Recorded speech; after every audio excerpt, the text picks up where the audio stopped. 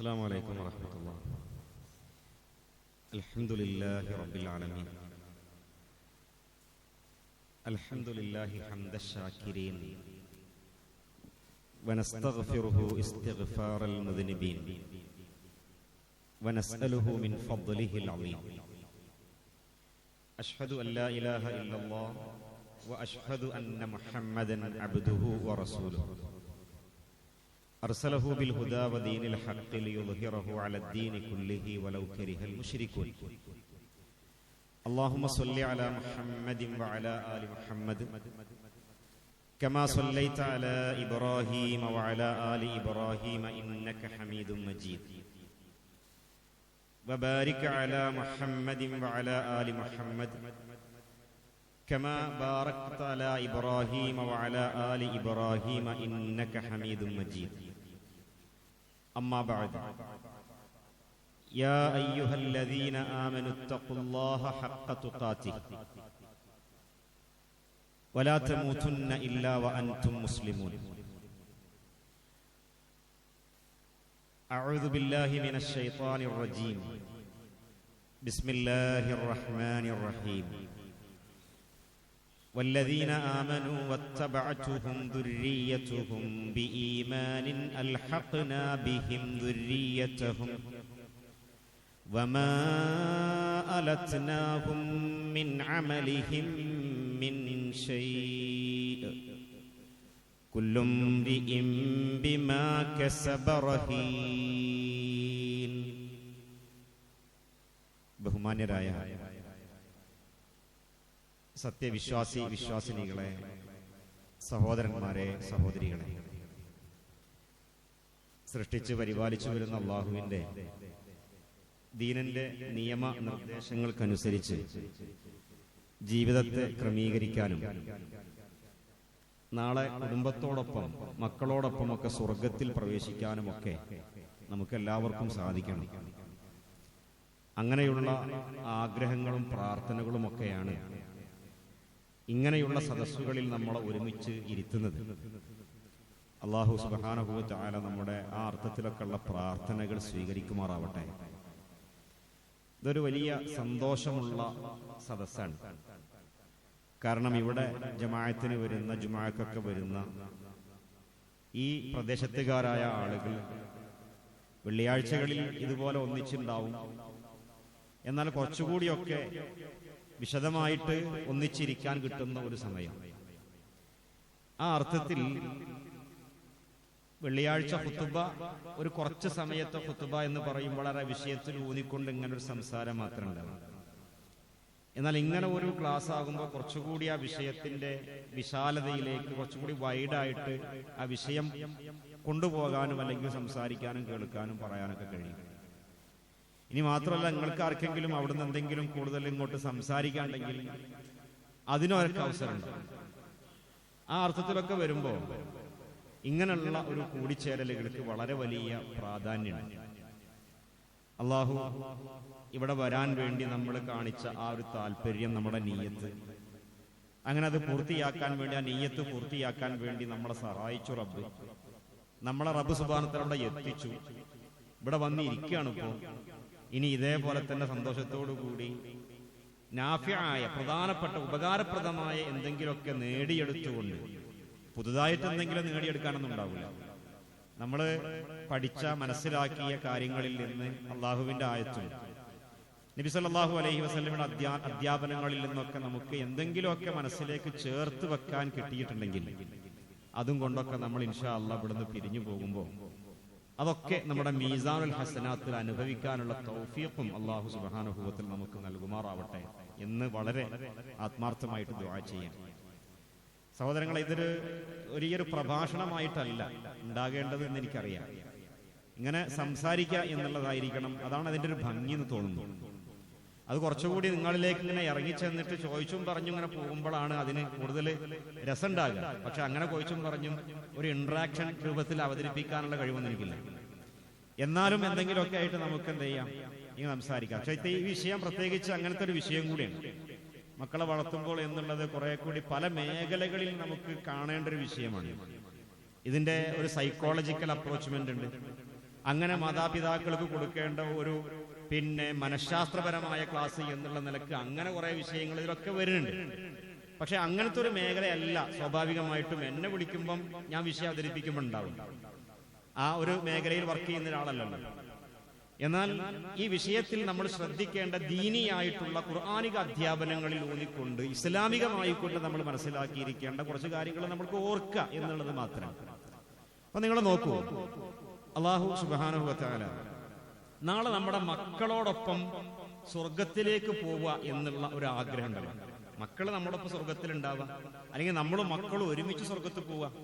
ആ കൂട്ടത്തിൽ നമ്മുടെ ഉമ്മയും ഉപ്പയും നമ്മുടെ ഭാര്യമാരും ഇണകളും എല്ലാവരും ഉണ്ടാവുക എന്നുള്ളത് എത്ര വലിയൊരു ആനന്ദകരമായ ഒന്നായിരിക്കും. ആ ആനന്ദം പറഞ്ഞറിയിക്കാൻ കഴിയാത്ത ഒന്നായിരിക്കും. അങ്ങനെ ഒരു സൗഭാഗ്യം കിട്ടുക എന്നുള്ളത് നമ്മുടെയൊക്കെ പ്രാർത്ഥനയാണ്, നീയത്വമാണ്. പരിശുദ്ധ ഖുർആനിൽ അല്ലാഹു സുബ്ഹാനഹു വ തആല സൂറത്ത് തൂറിൽ പറയുന്ന കേൾപ്പിച്ചിട്ടുള്ള ഒരു ആയത്താണ് ഈ വിഷയത്തിന്റെ അവതരണത്തിന് വേണ്ടി ഞാൻ നിങ്ങളുടെ മുൻപിലേക്ക് വെച്ചത്. ഇത് നമ്മളൊക്കെ കേട്ട് പരിചയമുള്ള ഒരു ആയത്തിനെയാണ്. അള്ളാഹു പറയുന്നു, അഊദു ബില്ലാഹി മിനശ് ശൈത്വാനിർ റജീം വല്ലദീന ആമനൂ, മുഅ്മിനുകളായ ആളുകൾ, സത്യവിശ്വാസികളായിട്ടുള്ളവർ. അപ്പൊ മുഅ്മിനുകൾ ഇൻഷാ അല്ലാഹ് നമ്മളിങ്ങനെ പ്രാർത്ഥിക്കണം. അപ്പൊ ആയത്തിങ്ങനെ കേൾക്കുമ്പോൾ അല്ലാഹുവേ ഈമാനുള്ളവരുടെ കൂട്ടത്തിൽ എന്നെ ചേർക്കണേ എന്ന്. അത് ആയത്തിനെ കേൾക്കുമ്പോൾ തന്നെ നമ്മുടെ പ്രാർത്ഥനയിൽ അത് വരുമല്ലോ. എന്നിട്ട് പിന്നെ പറയാണ് വത്തബഅതുഹും ദുർരിയതുഹും ബിഈമാൻ, അവർക്ക് ഈമാനുണ്ട്. ഈ കൂടിയിരിക്കുന്ന മാതാപിതാക്കൾക്ക് ഈ കുട്ടികളുടെ ഈ കുട്ടികളുടെ ഉമ്മമാരുണ്ടാകും, ഉപ്പമാരുണ്ടാകും, അല്ലെങ്കിൽ അവരുമായി ബന്ധപ്പെട്ടവരുണ്ടാകും. അവർക്കൊക്കെ അല്ലാഹു സുബ്ഹാനഹു വ തആല നൽകിയിട്ടുള്ള, നമുക്ക് നൽകിയിട്ടുള്ള ഒരു വിശേഷണമാണ് ഈമാനുള്ളവർ. എന്നിട്ട് ആ ഈമാനിൽ നമ്മളോടൊപ്പം ഉണ്ടാകുക എന്നുള്ളതാണ് വത്തബഅതുഹും ദുർരിയതുഹും ബിഈമാനിൻ എന്ന് പറഞ്ഞത്. നമ്മൾക്കുള്ള ഈമാൻ ഉണ്ടല്ലോ, ആ ഈമാനിൽ നമ്മളോടൊപ്പം ചേർന്നവർ, അള്ളാഹുവിടെ പറയുന്നത് അവരോടൊപ്പം ഇത്തിബാഅ് ചെയ്തവർ, അവരോട് കൂടെ ഫോളോ ചെയ്തവർ, അവരെ അനുഗമിച്ചവർ, അവരെ അനുധാവനം ചെയ്തവർ. നമ്മൾ എങ്ങനെയാണോ ഈമാൻ ഉൾക്കൊണ്ടിട്ടുള്ളത്, ആ ഈമാൻ സത്യമാണ് എന്ന് നമ്മുടെ മക്കളെ ബോധ്യപ്പെടുത്തുമ്പോൾ ആ മക്കൾക്കും ആ ഈമാൻ ഉണ്ടാകണം എന്ന ആഗ്രഹത്തോടു കൂടി അവർക്കത് പകർന്നു കൊടുക്കുമ്പം അവരും നമ്മളെപ്പോലെ തന്നെ ആവുക എന്നുള്ളതാണ് വത്തബഅതുഹും ദുർരിയതുഹും ബിഈമാനിൻ എന്ന് പറഞ്ഞെടുത്ത് നമ്മൾ ആലോചിക്കേണ്ടത്. അപ്പൊ അങ്ങനെ ഒരു ഈമാനുള്ള തരത്തിലേക്ക് നമ്മളും നമ്മുടെ മക്കളും വരിക. അങ്ങനെ വരുമ്പോ അൽഹഖ്നാ ബിഹിം ദുർരിയതുഹും, അവരുടെ ദുർരിയത്തിനെ, സന്താനങ്ങളെ, മക്കളെ നാം അവരോടൊപ്പം ചേർക്കും. എവിടേക്ക് ചേർക്കേണ്ട കാര്യം പറയുന്നത്? ഈ ഈമാനുള്ളതിന്റെ പേരിൽ അവരെ സ്വർഗത്തിലാക്കുമല്ലോ, മുഅ്മിനീങ്ങളെ സ്വർഗത്തിലാക്കുമല്ലോ. ആ സ്വർഗത്തിലാക്കുമ്പം ഈ ഉമ്മാരി ഉപ്പാരിയും കൂടെ ഈമാൻ ഉൾക്കൊണ്ടുകൊണ്ട് കൂടെ ചേർന്ന അനുഗമിച്ചവരായ, അനുധാവനം ചെയ്തവരായ, ഫോളോ ചെയ്തവരായ മക്കളുണ്ടാവുമല്ലോ. ആ മക്കളെയും കൂട്ടിയിട്ട് അല്ലാഹു സുബ്ഹാനഹു വ തആല അവരെയും അവരുടെ മക്കളെയും ഒക്കെ സ്വർഗത്തിലേക്ക് അങ്ങോട്ട് ചേർക്കുന്നു. അതാണ് അൽഹഖ്നാ ബിഹിം ദുർരിയതഹും. എന്നിട്ട് അല്ലാഹു സുബ്ഹാനഹു വ തആല പറയാണ് വമാ അലത്നാഹും മിൻ അമലിഹിം മിൻ ഷൈഅ. ഈ ഉമ്മ പറഞ്ഞു കൊടുത്തപ്പോ, ആ ഉപ്പ പറഞ്ഞു കൊടുത്തപ്പോ, ആ ഉപ്പയും ഉമ്മയും ഒക്കെ കൂടി അവരുടെ കുടുംബ ജീവിതത്തിൽ അവരിങ്ങനെ കാണിച്ചു കൊടുത്തിട്ടുള്ള ഒരു വഴിയൊക്കെ ഉണ്ടായിരുന്നു. അവരിങ്ങനെ കാണിച്ചു കൊടുത്ത വഴിയാണ്, മാതൃകയായി കാണിച്ചു കൊടുത്തതാണ്. പറഞ്ഞത് കുറച്ചേ ഉള്ളൂ, എന്നാൽ കാണിച്ചു കൊടുത്തപ്പോ അത് കണ്ട് കേട്ടും പഠിച്ചും അത് കണ്ടിങ്ങനെ അനുധാവനം ചെയ്തവരായ മക്കളായിരുന്നു അവര്.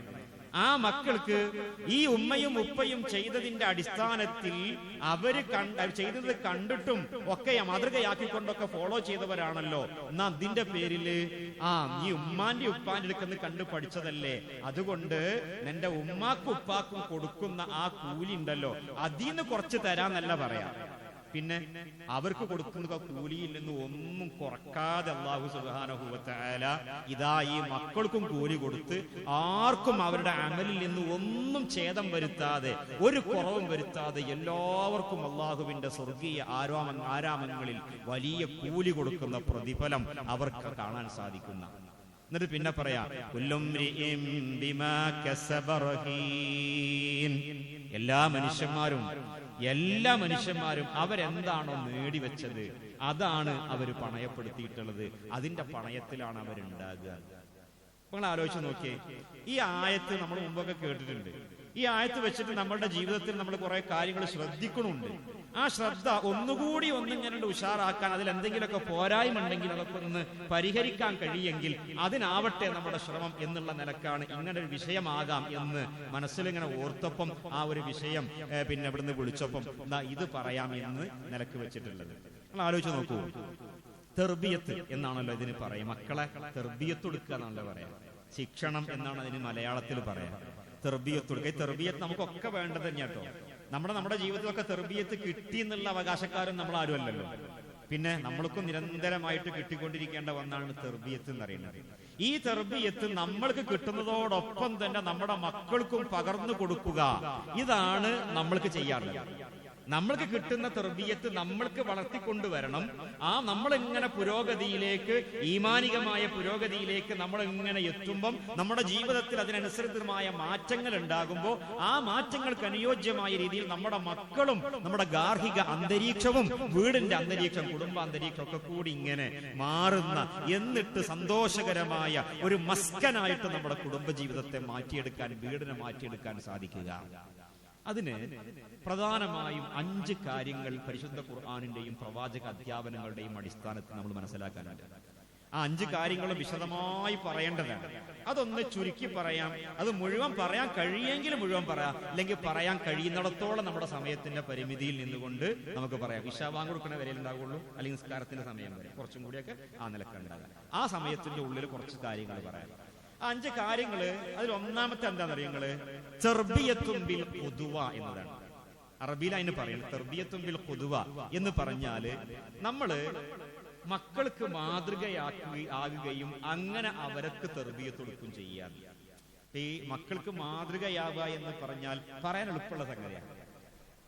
വളരെ എളുപ്പമുള്ള സംഗതിയാണ് മാതൃകയാകാൻ. മക്കളോട് പറഞ്ഞു കൊടുക്കാറുണ്ടാലോ അതിനത്ര വലിയ അടങ്ങോറൊന്നുമില്ല. അപ്പൊ നമ്മുടെ കൂടെ മക്കളെ എങ്ങനെ വിളിച്ചു കൊണ്ടുപോയിട്ട് അവർ നിസ്കരിച്ചു, അതൊക്കെ നമ്മളും അവരും ചെയ്യുന്ന ഒരേപോലുള്ള മാതൃക. അപ്പൊ സുബൈക്ക് എണീക്കാൻ വേണ്ടി നമ്മൾ എണീറ്റു, ഓതൊക്കെ ഉണ്ടാക്കി, മോനെ വിളിച്ചു, മക്കളെ വിളിച്ചു, എന്നിട്ട് മോനെയും കൂട്ടിയിട്ട് നമ്മൾ പള്ളിയിലേക്ക് പോകുന്നു. മാതൃകയാണ്, കാണിച്ചു കൊടുക്കും. നമ്മൾ ചെയ്യുന്നത് അതുപോലെ മാതൃകയാക്കാൻ വേണ്ടി അവരെ പറയല്ല, അവരെ നമ്മുടെ കൂടെ കൂട്ടുകയാണ്. മാതൃകയാണ്. എന്നാൽ അതേ മാതൃക തന്നെ നമ്മൾ ഒന്നുകൂടി ആലോചിച്ച് നോക്കിയേ. നമ്മൾ വീട്ടിലേക്ക് നിസ്കാരം കഴിഞ്ഞ് വീട്ടിലേക്ക് വന്നിട്ട് നമ്മൾ പറയുന്നു മോനോട് അല്ലെങ്കിൽ നമ്മുടെ മക്കളോട്, ഞാൻ ഖുർആൻ എടുത്ത് വായിച്ച, എന്നിട്ട് നമ്മളെടുത്ത് വെച്ചിട്ട് നോക്കി, അത് മാതൃകയാവില്ലല്ലോ. നമ്മൾക്ക് അവിടെ പറഞ്ഞു കൊടുത്തിട്ടുണ്ട്. എന്താ പറഞ്ഞു കൊടുത്തത്?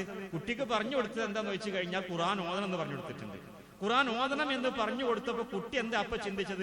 ഇപ്പൊ അതൊക്കെ തഹസീലായിട്ട് ഇങ്ങനെ ഓയിലിങ്ങനെ പിന്നെ ഒക്കെ കിട്ടിയിട്ട് ഉറപ്പിച്ച് ഇങ്ങനെ നിൽക്കുകയാണ്, നിന്റെ കാര്യം ഉറപ്പിക്കാനുള്ളൂ എന്നുള്ള നിലക്കാണ് മക്കൾ കൊടുക്കുന്ന മെസ്സേജ്. അവിടെ സത്യമായിട്ടും അങ്ങനെ തന്നെയാണല്ലോ വരിക. എന്നാലോ അവിടെ തെർബിയത്തുൻ ബിൽ ഖുദുവ എന്താന്ന് വെച്ച് കഴിഞ്ഞാൽ നമുക്ക് എല്ലാവർക്കും അറിയാം, ഞാൻ ആദ്യം എടുത്തുവെച്ച് ഓതാൻ വേണ്ടി തുനിയ, എന്നിട്ട് അത് കണ്ടിട്ട് എന്റെ മോനും ആ കൂട്ടത്തിൽ വരിക. അഥവാ എന്റെ മോൻ മടി കാണിക്കുകയാണെങ്കിൽ മോനെ നമുക്ക് രണ്ടാക്കും ഒരുമിച്ച് ആവാം എന്ന് പറയുന്ന, നീയോ ഓത്, നമുക്ക് രണ്ടാക്കും ഓതാ കുറച്ചു നേരം എന്ന് പറയുന്ന തരത്തിലേക്ക് നമ്മൾ ചിന്തിക്കുകയും അത് പ്രാവർത്തികമാക്കുകയാണെങ്കിൽ അത് ഖുദുവത്താണ്. ഇങ്ങനെയുള്ള ഖുദുവത്തുകൾ നമ്മൾ സൃഷ്ടിക്കുക. തെർബിയത്തിൽ ഈ ഖുദുവത്ത് വളരെ പ്രധാനപ്പെട്ടതാണ്. ഖുദുവത്ത് കൊടുക്കുക എന്ന് പറയുമ്പോൾ ഇപ്പൊ ഒരു കുട്ടിന്റെ കാര്യത്തില് നമ്മൾ പ്രധാനപ്പെട്ട 2 ഘടകങ്ങൾ, ഈ ഖുദുവത്തിന്റെ വിഷയത്തിൽ 2 ഘടകങ്ങൾ നമ്മൾ മനസ്സിലാക്കേണ്ടതുണ്ട്. ഒന്ന്, ഈ തെർബിയത്ത് തന്നെയാണ് ഒരു വലിയ പ്രധാനപ്പെട്ട 5 കാര്യങ്ങളുണ്ടെന്ന് പറഞ്ഞു. അതോടൊപ്പം തന്നെ നമ്മൾ മക്കളെ വളർത്തുന്ന ചുറ്റുപാടും ഇതിൽ വളരെ പ്രധാനപ്പെട്ടതാണ്. ഇത് രണ്ടിലുമാണ് ഊന്നിക്കൊണ്ട് കാര്യമായിട്ട് സംസാരിക്കുന്നത്. അപ്പൊ നിങ്ങൾ നോക്കൂ, മഹാനായ റസൂലുള്ളാഹി സ്വല്ലല്ലാഹു അലൈഹി വസല്ലം പഠിപ്പിച്ചിട്ടുള്ള ഒരു ഹദീസ്. ആ ഹദീസിൽ ഈ പറഞ്ഞ തെർബിയത്തിന്റെ മൊത്തത്തിൽ പറയുമ്പോൾ 5 കാര്യങ്ങളുണ്ടെന്ന് പറഞ്ഞല്ലോ. ആ 5 കാര്യങ്ങൾ പ്രധാനപ്പെട്ടതാണ്. ആ 5 കാര്യങ്ങളെയും ഒറ്റ വാക്കിൽ ശിക്ഷണം അല്ലെങ്കിൽ തെർബിയത്ത് എന്ന് നമ്മൾ പറയുമ്പോൾ നബി സല്ലല്ലാഹു അലൈഹി വസല്ലം ഈ തെർബിയത്തിന്റെ വിഷയത്തിൽ പറഞ്ഞിട്ടുള്ള ചില ഹദീസുകൾ നമ്മുടെ ശ്രദ്ധയിലുണ്ടാവണം. അതിൽ ഒന്നാമത്തെ ഇതാണ്. റസൂലുള്ളാഹി പറയാണ് സല്ലല്ലാഹു അലൈഹി വസല്ലം, ആ ഹദീസിന്റെ സനദിന് ചെറിയൊരു ദുർബലത ഉണ്ടെങ്കിലും, ആ ദുർബലത ഞാൻ എടുത്ത് പറഞ്ഞിട്ടോ, ഉണ്ടെങ്കിലും പരിശുദ്ധ ഖുർആന്റെ ആശയം വെച്ച് നോക്കുമ്പോൾ ശരിയായ ഹദീസാണ്. ആശയപരമായി കൊണ്ട് നമുക്ക് സ്വീകരിക്കാവുന്ന ഒരു ഹദീസാണ്. വലിയൊരു മഹത്വം പറയുന്ന ഒരു ഹദീസാണ്.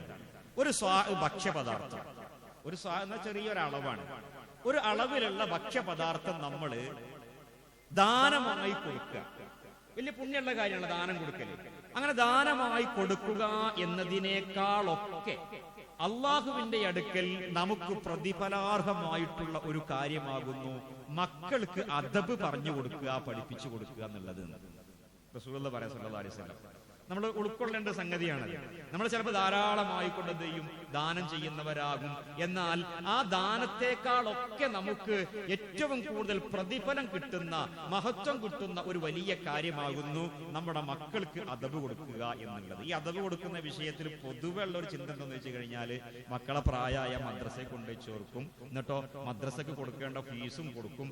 അത് ചോദിക്കണ സമയത്ത് വ്യക്തമായിട്ട് അടച്ചു നോക്കെ വരും. എന്നിട്ട് നമ്മൾ വിശ്വസിക്കും ആ കൊടുക്കേണ്ടതൊക്കെ കൊടുത്ത ഒരു നല്ലൊരു പേരന്റാണ്, രക്ഷകർത്താവാണ് ഞാൻ എന്ന് ആശ്വസിക്കുകയും ചെയ്യും. അത് ശിക്ഷണമാണ്, തെർബിയത്താണെന്ന് പറയാൻ കഴിയില്ല. മറിച്ച് അതിനപ്പുറത്തേക്ക് നമ്മൾ അവരുടെ വളർച്ചക്കൊപ്പം നമ്മളും ഇങ്ങനെ കൂടെ ഉണ്ടാവണം, നമ്മുടെ ശ്രദ്ധ ഉണ്ടാവണം. കുറെ കാര്യങ്ങൾ ആ വിഷയത്തിൽ കുറേശ്ശെ പറയാം. വേറെ ഹദീസ്, സ്വഹീഹായ ഹദീസാണ്. അതിലിങ്ങനെ കാണാം, മാ നഹല വാലിദുൻ വലദൻ അഫ്ദലു മിൻ അദബിൻ ഹസൻ. ഒരു സത്യവിശ്വാസിയായ ഉപ്പ അല്ലെങ്കിൽ ഉമ്മ മക്കൾക്ക് കൊടുക്കുന്ന ഒരുപാട് സമ്മാനങ്ങൾ ഉണ്ടാവും, നല്ല കുറെ സമ്മാനങ്ങൾ ഉണ്ടാവും. ഇപ്പൊ നമ്മൾ ഇങ്ങനെ എങ്ങോട്ടെങ്കിലും പോയി കഴിഞ്ഞാല് മക്കൾക്ക് ഇഷ്ടപ്പെട്ടത് എന്നുള്ള നിലക്ക് വാങ്ങിക്കൊണ്ട് കൊടുക്കുന്ന കുറെ കളിപ്പാട്ടങ്ങള്, ടോയ്സുകൾ, അതുപോലുള്ള പലതും ഉണ്ടാവും. മക്കൾ ഇഷ്ടപ്പെടും, നമ്മൾ വാങ്ങിക്കൊടുക്കാനും ഇഷ്ടപ്പെടുന്നതൊക്കെ ഉണ്ടാവും. അത് നമ്മൾ ധാരാളമായി വാങ്ങിക്കൊടുക്കുകയും ചെയ്യും.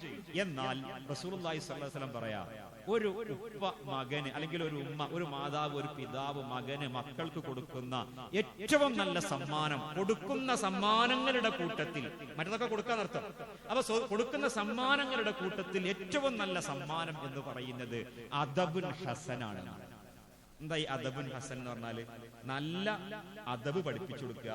അദബ് പറഞ്ഞാൽ നല്ല സംസ്കാരം പഠിപ്പിച്ചു കൊടുക്കുക, നല്ല മര്യാദകൾ പഠിപ്പിച്ചു കൊടുക്കുക, മറ്റുള്ളവരോട് പെരുമാറേണ്ടത് എങ്ങനെയാന്ന് പറഞ്ഞു കൊടുക്കുക. ഇപ്പൊ നിങ്ങൾ ആലോചിച്ച് നോക്കൂ, നമ്മുടെ ഈ ഒന്ന് പുതിയ തലമുറ, വളർന്നു വരുന്ന തലമുറ ഈ റെസ്പെക്ട് എന്ന് പറഞ്ഞ സാധനമുണ്ട് ഇല്ലല്ലോ. ഈ ആദരിക്കുക, ബഹുമാനിക്കുക എന്നുള്ളത് നമ്മളൊക്കെ ഇവിടെ ഇരിക്കുന്ന ഈ മുതിർന്ന ആൾക്കാരൊക്കെ അവര് സ്കൂളിലൊക്കെ പോണ സമയത്ത് നമ്മൾക്ക് നമ്മളെ കുറിച്ച് അങ്ങനെ ആലോചിച്ചാൽ തന്നെ മനസ്സിലാകും. നമ്മളുടെ ഉപ്പാന്റെ കൂട്ടുകാരെ കണ്ടു കഴിഞ്ഞാൽ പേടിയിരുന്നല്ലോ.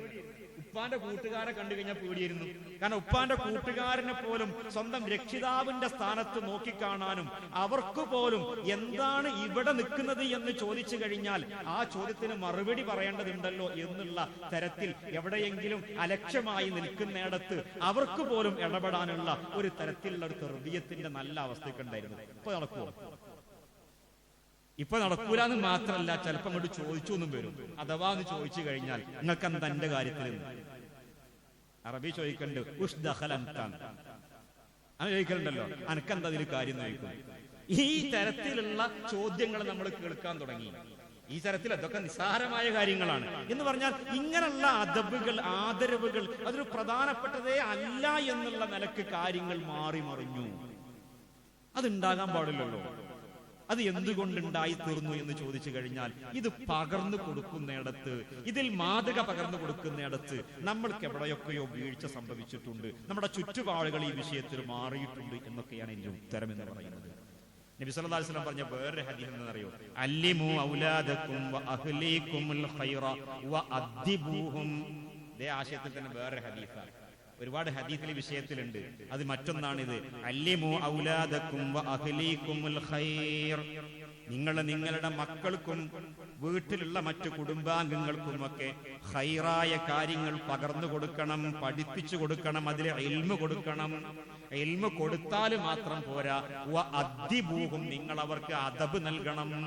എങ്ങനെയാണ്, എവിടെയാണ് പെരുമാറേണ്ടത്, എങ്ങനെയാണ് സംസാരിക്കേണ്ടത്, മുതിർന്നവരോട് സംസാരിക്കേണ്ടത് എങ്ങനെയാണ്, അതേപോലെ തന്നെ പ്രായം കൂടിയവരോടും പ്രായം കുറഞ്ഞവരോടുമുള്ള പെരുമാറ്റം എങ്ങനെയാണ്, ഇന്നേടത്ത് ഇടപെടേണ്ടത് എങ്ങനെയാണ്, ഒരു ഭക്ഷണത്തളികയിൽ പോയി കഴിഞ്ഞാൽ എങ്ങനെ ഇടപെടണം, ഇങ്ങനെയുള്ള കുറെ കാര്യങ്ങൾ നമ്മൾക്ക് പകർത്തേണ്ടതായിട്ടുള്ള കുറെ കാര്യങ്ങളുണ്ടല്ലോ. ഇതൊക്കെ ഹൈറായ നിലക്ക്, ഇതൊക്കെ ഹൈറായ കാര്യങ്ങളാണ്. ഈ ഹൈറൊക്കെ നമ്മളിൽ നിന്ന് മക്കൾക്ക് പകർന്നു കിട്ടണം. അത് നബി സല്ലല്ലാഹു അലൈഹി വസല്ലം നമ്മൾക്ക് പഠിപ്പിച്ചു തരുന്നു. ഇങ്ങനെയൊക്കെ വരുമ്പോൾ എന്താ ഉണ്ടാകാന്നറിയോ?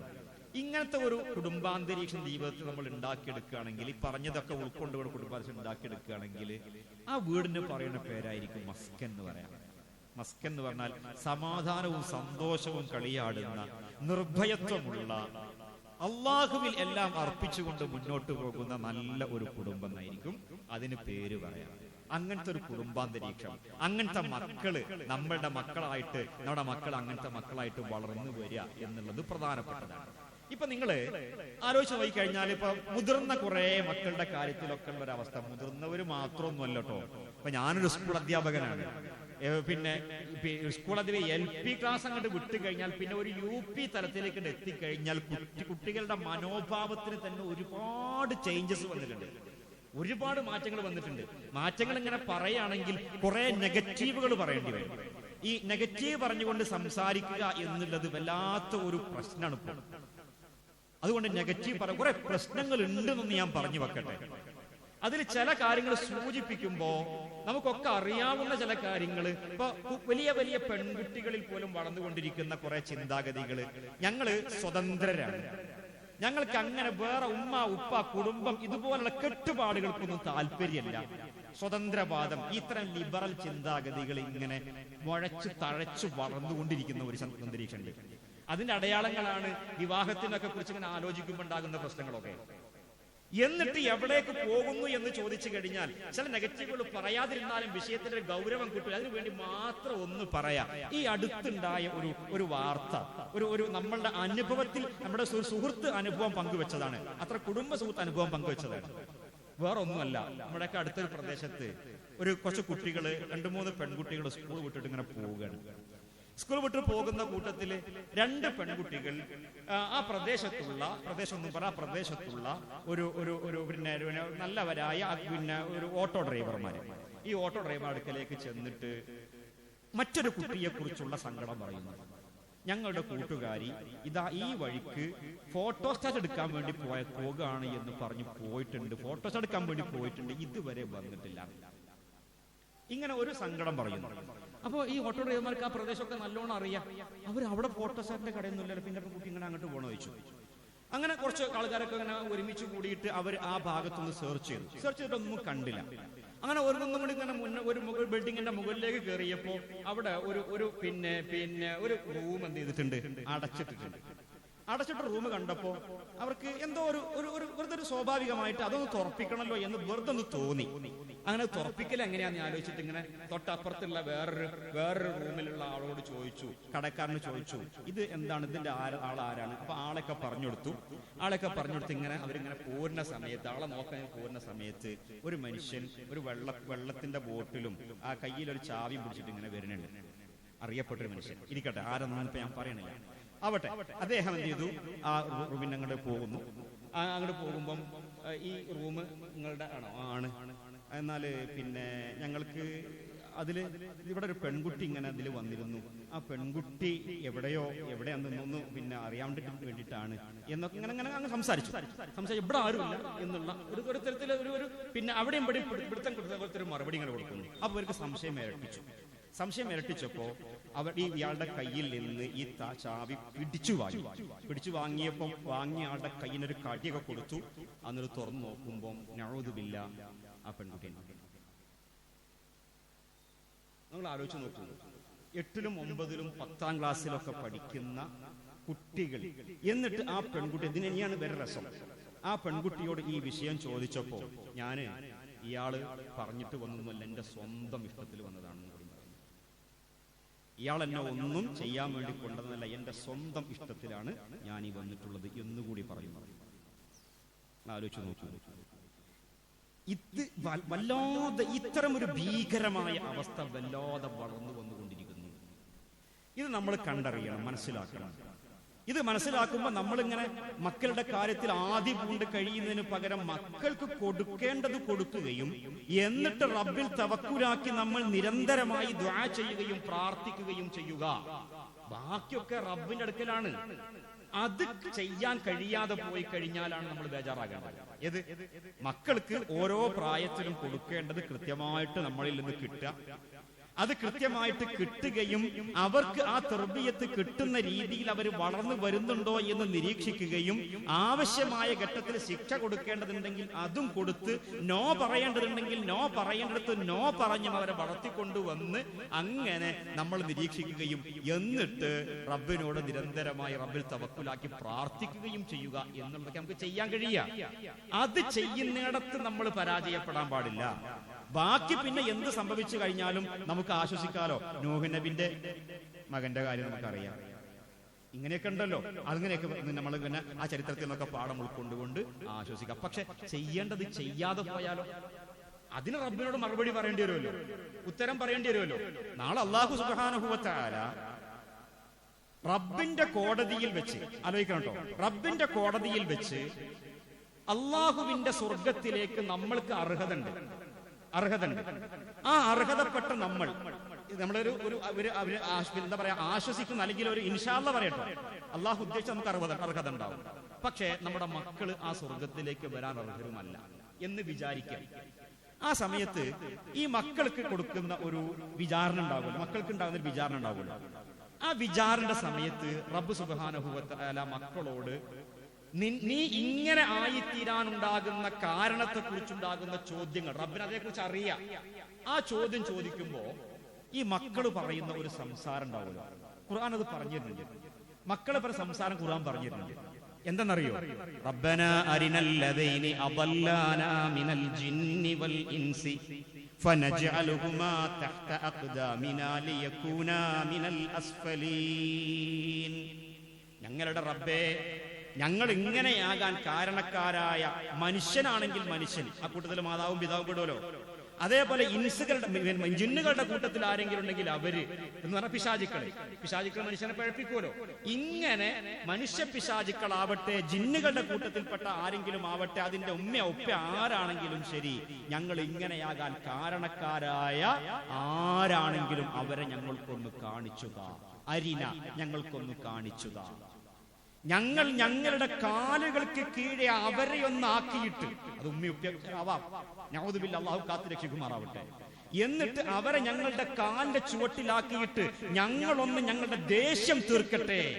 ഈ കോലത്തിൽ ഞങ്ങളാകാൻ കാരണക്കാരായവരുടെ നെഞ്ചകങ്ങളിൽ ചവിട്ടിയിട്ട് ഞങ്ങൾ തിമർക്കട്ടെ എന്ന് പറയുന്ന ഒരു അവസ്ഥയുണ്ടാകുന്നതാണ്. പരലോകത്ത് സംഭവിക്കാനിരിക്കുന്ന ഒരു അവസ്ഥയെ പരിശുദ്ധ ഖുർആൻ അങ്ങനെ പറഞ്ഞു തന്നിട്ടുണ്ട്. ഇത് വരാതിരിക്കണമെങ്കിൽ ഞാൻ എന്റെ കാര്യം നോക്കിക്കോളാ എന്നുള്ള നിലക്ക് പോയാൽ പോരാ, മറിച്ച് നമ്മുടെ മക്കളുടെ കാര്യത്തിൽ വളരെ വലിയ ജാഗ്രത നമുക്കുണ്ടാകേണ്ടതുണ്ട്. കാരണം അത്രമേൽ ചുറ്റുപാട് മോശമാണ്. നിരീശ്വരവാദം വളർന്നു വരുന്നുണ്ടല്ലോ.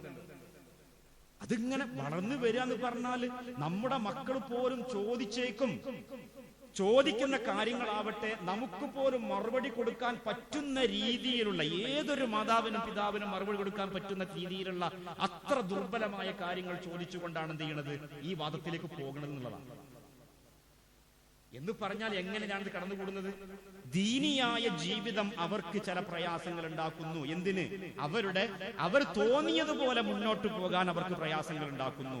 അപ്പൊ പിന്നെ അതിനുള്ള ഒരു മറുമരുന്ന് ഇങ്ങനത്തെ കാര്യങ്ങൾ ചോദിച്ചുകൊണ്ട് വേറെ റൂട്ടിലേക്ക് പോകാൻ വേണ്ടി അവർ വഴി കണ്ടെത്തുന്നു എന്നുള്ള സത്യം സംഭവിക്കുന്നത്. കാരണം ഈ അടുത്ത സമയത്ത് ഈ നിരീശ്വരവാദം കടന്നുകൂടിയ ഒരു കല്യാണം കഴിഞ്ഞിട്ടുള്ള ഒരു സുഹൃത്ത്, യുവപ്രായത്തിലെ സുഹൃത്ത്, ആ സുഹൃത്തുമായി കൊണ്ട് സംസാരിച്ചു. അല്ലെങ്കിൽ ആ സുഹൃത്ത് അവൻ എന്നോട് ഈ വിഷയത്തിൽ, അദ്ദേഹത്തിന്റെ വാട്സപ്പ് ചാറ്റൊക്കെ എന്റെ അടുത്തുണ്ട്, ചോദിച്ചു. ഇദ്ദേഹം ഈ അടുത്ത പ്രദേശത്ത് ഒരു മാസ്റ്റർ ഉണ്ടല്ലോ, മഞ്ചേരിക്കാരൻ മാസ്റ്റർ ഉണ്ടല്ലോ, ജബ്ബാർ മാസ്റ്റർ. ആ മാസ്റ്റർ അടുക്കൽ നിന്ന് അവിടെ പോയിട്ട് എന്തൊക്കെയോ കിട്ടിയതാണ്. ആ കിട്ടിയതിൽ നിന്ന് അയാളെ വല്ലാതെ സ്വാധീന സംഗതി എന്തുള്ളെന്നറിയോ? അയാൾക്ക് ആകെ ചോദിക്കാൻ, ഈ സുഹൃത്തിന് ചോദിക്കാനുണ്ടായിരുന്ന ഒറ്റ ചോദ്യം ഉണ്ടായിരുന്നുള്ളൂ. ഇസ്ലാമില് ഈ അടിമകളെ ഉപയോഗിക്കാനുള്ള അനുവാദം ഉണ്ടല്ലോ. അപ്പൊ അത് ഇത്രമേൽ വൾഗറായിട്ടുള്ള, ഇത്രയും മോശപ്പെട്ട സംഗതി ഇത് ഇസ്ലാമാണോ, അല്ലെങ്കിൽ പ്രവാചകന്റെ അധ്യാപനത്തിൽ ഇതാണ് എങ്കിൽ അത്തരം പ്രവാചക അധ്യാപനങ്ങളും അങ്ങനെയുള്ള ആയത്തുകളും ഒന്നും ശരിയല്ല, അതൊന്നും ഖുർആനിൽ ഉണ്ടെങ്കിൽ അങ്ങനത്തെ ഒരു ഇസ്ലാമും ഇവിടെ വേണ്ട എന്നുള്ള നിലക്ക് ഇയാളെത്തി. എന്നാൽ അതിന്റെ യഥാർത്ഥം എന്താണെന്ന് പറഞ്ഞു കൊടുത്താലോ? കാരണം ഇയാളത് പറഞ്ഞു കൊടുത്താൽ മാറാവുന്ന തരത്തിലുള്ള നിയ്യത്തൊന്നും ഇയാൾക്കില്ല. ഉണ്ടെങ്കിലല്ലേ മാറണം. എനിക്കത് ഉൾക്കൊള്ളണമെന്ന് നീയത്തുണ്ടെങ്കിൽ എന്ത് ചെയ്യാൻ പറ്റും? വിഷയം പറഞ്ഞു കൊടുത്താൽ ഉൾക്കൊള്ളുകയും മാറ്റണ്ടാകുകയും ചെയ്യും. സത്യല്ലേ? എന്നാലോ അങ്ങനെ മാറാനുള്ള സന്നദ്ധതൊന്നുമില്ല. മറിച്ച് എനിക്ക് ഇപ്പൊ പോകുന്ന റൂട്ടിലൂടെ പോകണമെങ്കിൽ എനിക്കൊരു പ്ലാറ്റ്ഫോം വേണം. ആ സുഖകരമായ പ്ലാറ്റ്ഫോം ഇതാണ് എന്നുള്ളത് കൊണ്ട് അത് തെരഞ്ഞെടുത്തു എന്നുള്ളതാണ്.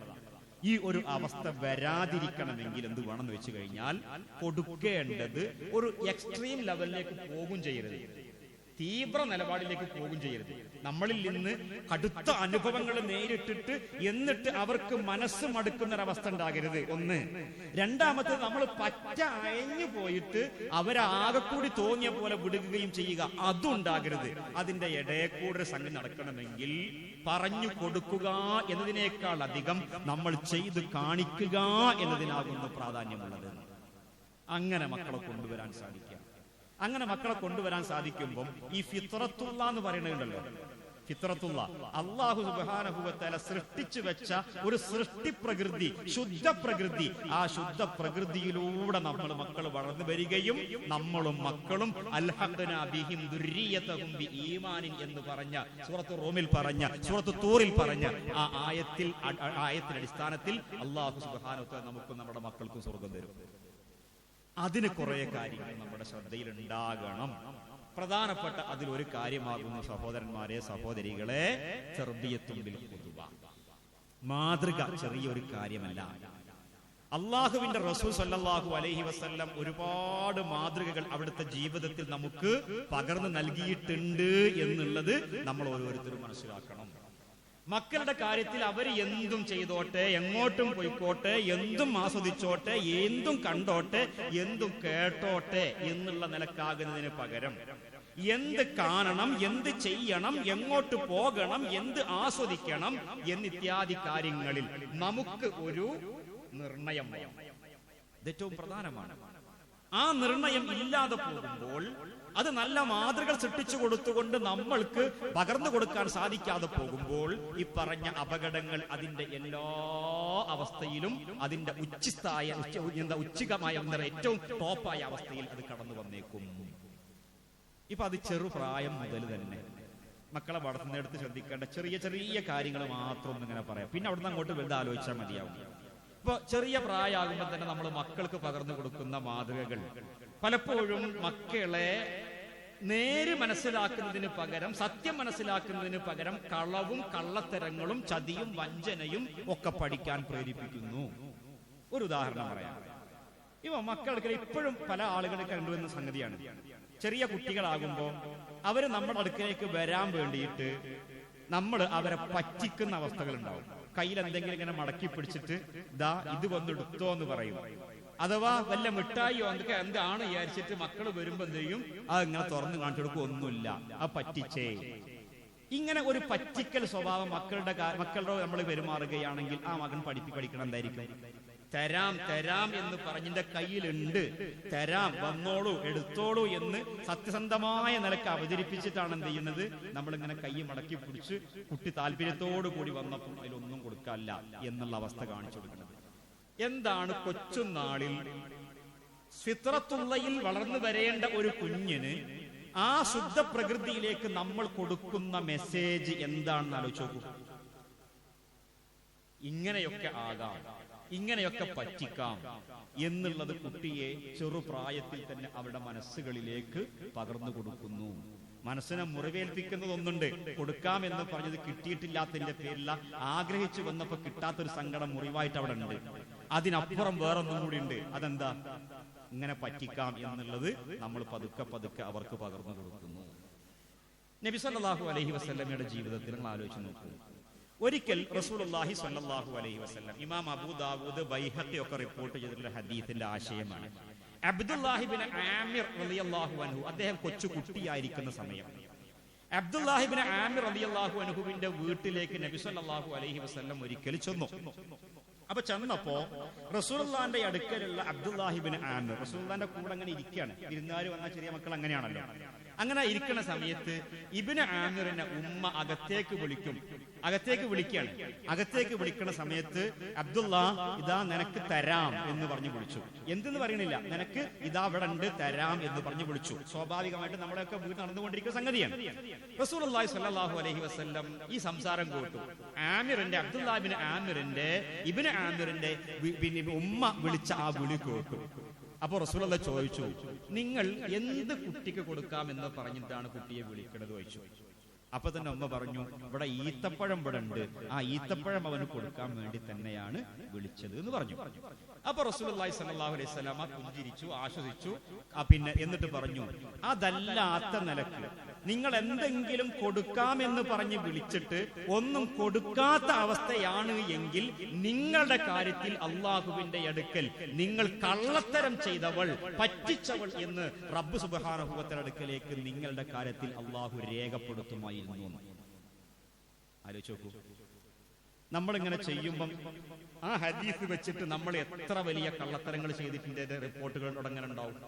നമ്മൾ കള്ളന്മാരായിട്ട് ഇങ്ങനെ എഴുതി വെച്ചത് എത്ര എണ്ണം ഉണ്ടാവും ആലോചിച്ച് നോക്കി. അപ്പൊ അതുണ്ടാകാൻ പാടില്ല.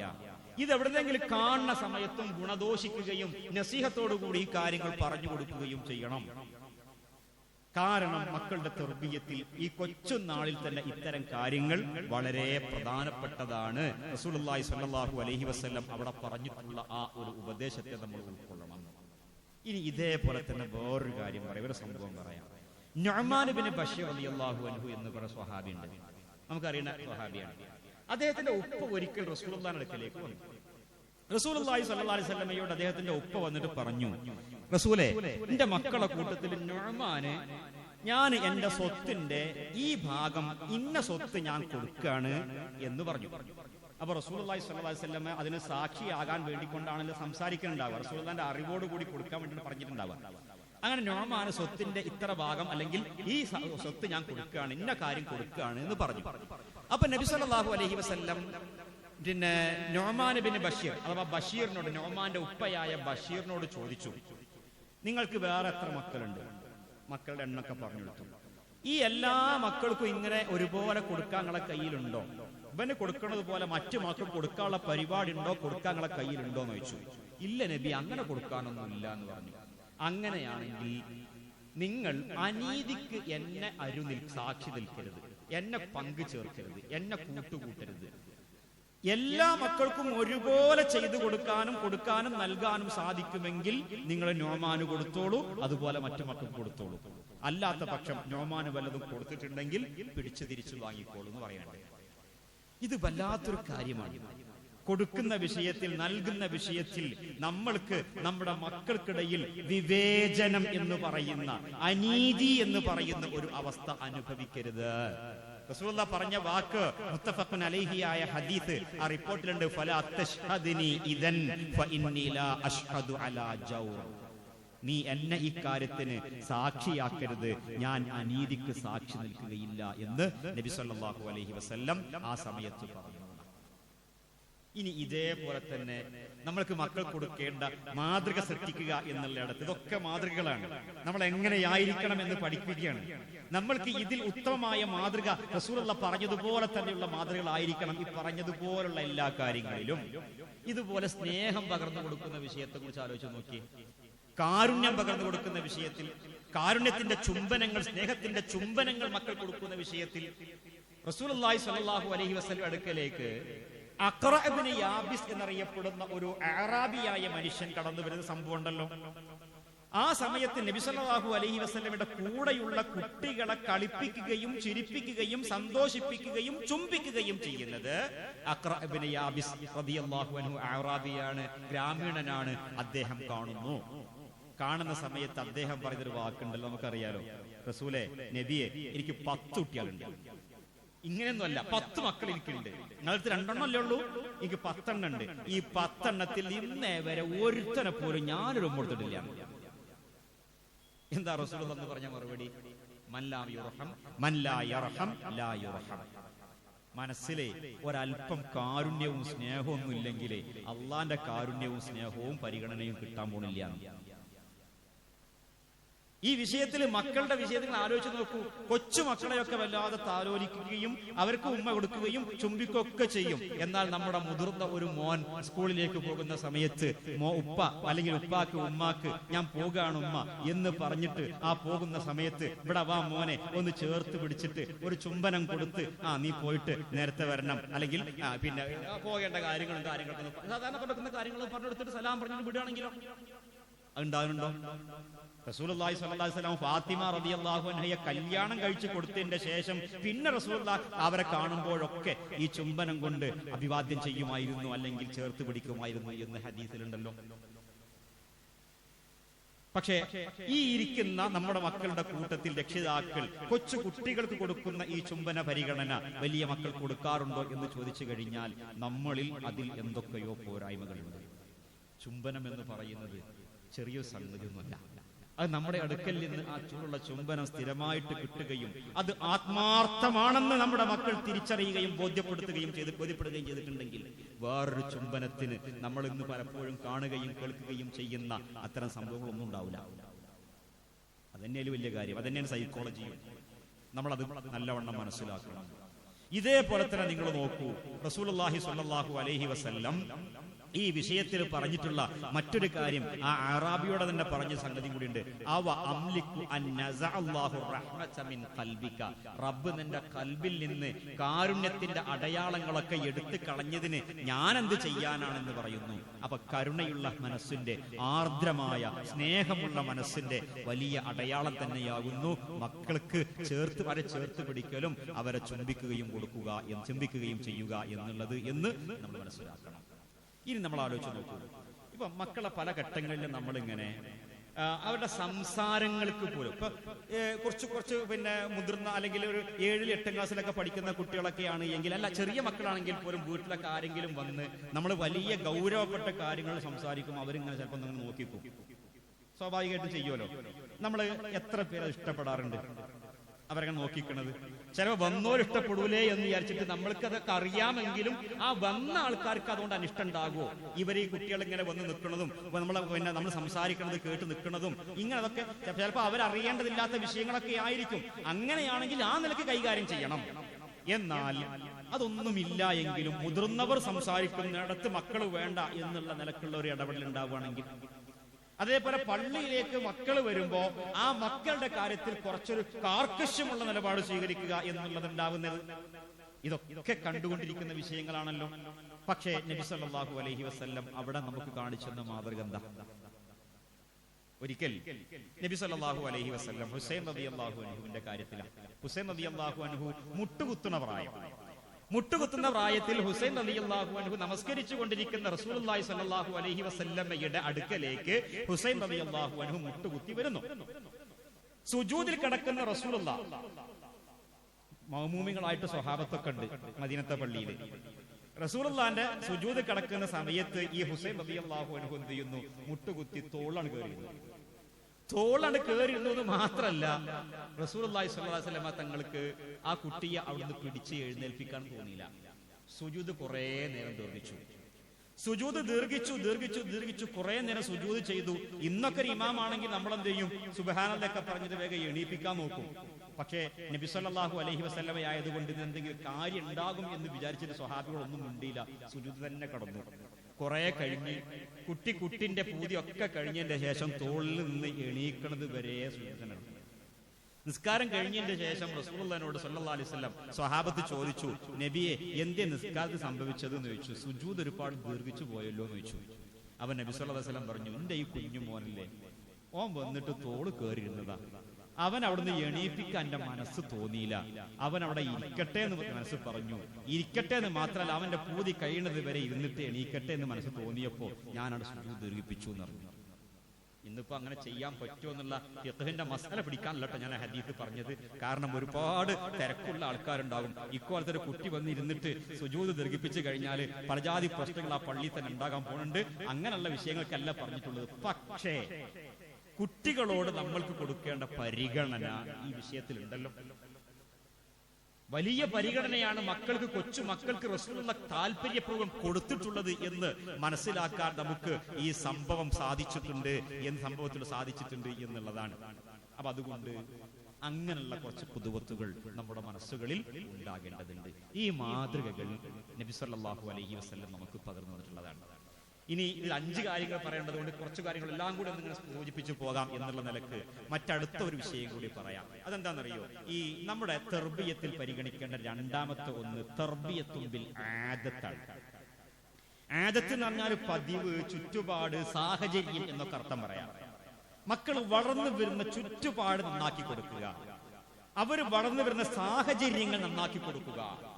ഇത് വളരെ പ്രധാനപ്പെട്ടതാണ്. ഇൽമ എന്നുള്ള നിലക്കൊരു കാര്യം പറയാം, എന്നിട്ട് ബാക്കി അതിൽ നമ്മൾക്ക് ഉൾക്കൊള്ളേണ്ട കാര്യങ്ങൾ പറയാം. ഈ ഇൽമിൽ ഉൾക്കൊള്ളാൻ കുറച്ച് കാര്യങ്ങളുണ്ട്. ഇമാം ഗസാലി റഹ്മത്തുള്ളാഹി അലൈഹി ഒരിക്കലും പറഞ്ഞു, ഇന്നത്തെ സമയം ഉണ്ടാവും, 1 മണിക്കൂർ ഉണ്ടാവും, കഷ്ടിച്ചില്ല ഇൻഷാ അല്ലാഹ്. അസ്വബിയ്യു, കുട്ടി, കൊച്ചുകുട്ടി അമാനത്താണ്. സ്വബിയ്യ് അമാനത്താണ്. അമാനത്ത് പറഞ്ഞാൽ അല്ലാഹു സുബ്ഹാനഹു വ തആല റബ്ബിന്റെ അടുക്കൽ നിന്നുള്ള ഒരു പടപ്പിനെ നമ്മളെ പിതാവാക്കി തെരഞ്ഞെടുത്ത് വിശ്വസിച്ച് നമ്മളെ ഏൽപ്പിച്ചതാണ്. അതാണ് അമാനത്ത് അറിയുന്നത്. അള്ളാഹു എപ്പോ ചോദിച്ചാലും നമ്മൾക്ക് തന്നതുപോലെ കൊടുക്കും വേണം. അമാനത്തിന്റെ കാര്യം അങ്ങനെയല്ലേ? ഒരാൾ നമ്മളെ വിശ്വസിച്ചൊരു കാര്യം ഏൽപ്പിച്ചു കഴിഞ്ഞാൽ എന്ത് ചെയ്യണം? എങ്ങനെയാണോ നമ്മളെ ഏൽപ്പിച്ചിട്ടുള്ളത് അതിലൊരു കുറവും വരുത്താതെ, കേടും വരുത്താതെ അതുപോലെ തിരിച്ചു കൊടുക്കേണ്ടതാണ് അമാനത്ത്. ശരി, അങ്ങനെയാണെങ്കിൽ ഇമാം ഗസാലി റഹ്മത്തുള്ളാഹി അലൈഹി പറയാം, അസ്വബിയ്യു അമാനത്തുൻ, കൊച്ചുകുട്ടി അവൻ അമാനത്താണ്. ഇൻദ വാലിദൈഹി, അവന്റെ ഉമ്മാന്റെയും ഉപ്പാന്റെയും അടുക്കലുള്ള അമാനത്താകുന്നു, അല്ലാഹ് കൊടുത്ത ഏൽപ്പിച്ച അമാനത്ത്. വഖൽബുഹു ത്വാഹിർ, അവന്റെ ഖൽബ് താഹിർ, അവന്റെ സംശുദ്ധമായ ഹൃദയം, മനസ്സ്. ജൗഹറത്തുൻ നഫീസത്തുൻ, അമൂല്യമായ ഒരു നിധിയാകുന്നു, ഒരു രത്നമാകുന്നു. ജൗഹറത്ത് രത്നമാകുന്നു, നല്ല മുത്തുപോലെയുള്ള പവിത്രമായ കലർപ്പില്ലാത്ത ഖൽബാകുന്നു അവന്റേത്. എന്നിട്ട് പിന്നെ പറയാം, ഇനി ആ ഉമ്മയും ഉപ്പയും അമാനത്തായി അല്ലാഹു സുബ്ഹാനഹു വ തആല ഏൽപ്പിച്ചു കൊടുത്തിട്ടുള്ള ആ കുട്ടിയുടെ കാര്യത്തിൽ ഖൈറായ സാഹചര്യങ്ങൾ, ഖൈറായ കാര്യങ്ങൾ പഠിക്കാനുള്ള സാഹചര്യങ്ങൾ ഒരുക്കി കൊടുക്കുകയാണെങ്കിൽ, അതാണ് എന്ന് പറഞ്ഞാൽ നന്മയായ കാര്യങ്ങൾ പഠിക്കാനുള്ള സാഹചര്യങ്ങളും ചുറ്റുപാടുകളും ഉണ്ടാക്കി കൊടുക്കുകയാണെങ്കിൽ ഒന്ന്. രണ്ടാമത്തേത് അവന് നന്മയായ കാര്യങ്ങൾ പഠിപ്പിച്ചു കൊടുക്കുകയുമാണെങ്കിൽ നശഅ അലൈഹി, അതിലൂടെ അവൻ വളർന്നു വരും. ഇപ്പൊ ചുറ്റുപാട് നന്നാക്കി കൊടുക്കുകയും അതിലൂടെ വളരാനുള്ള സൗകര്യം ഉണ്ടാക്കി കൊടുത്തു കഴിഞ്ഞാൽ അങ്ങനെ വളർന്നു വരും. വളർന്നു വന്നാലോ വസഅദ ഫിദ്ദുനിയാ വൽ ആഖിറ, അങ്ങനെയുള്ള കുടുംബവും മാതാവും പിതാവും മക്കളും ദുനിയാവിലും ആഖിറത്തിലും സൗഭാഗ്യമായിരിക്കും എന്ന് നബി സല്ലല്ലാഹു അലൈഹി വസല്ലം പഠിപ്പിക്കുന്ന ഈ ഇമാം ഗസാലി റഹ്മത്തുള്ളാഹി അലൈഹി പറയുന്ന ഇത് വെച്ചിട്ട് നിങ്ങൾ ഇങ്ങനെ ആലോചിച്ച് നോക്കി. ഈ പതിവ് അപ്പൊ 1 മണിക്കൂർ കിട്ടും.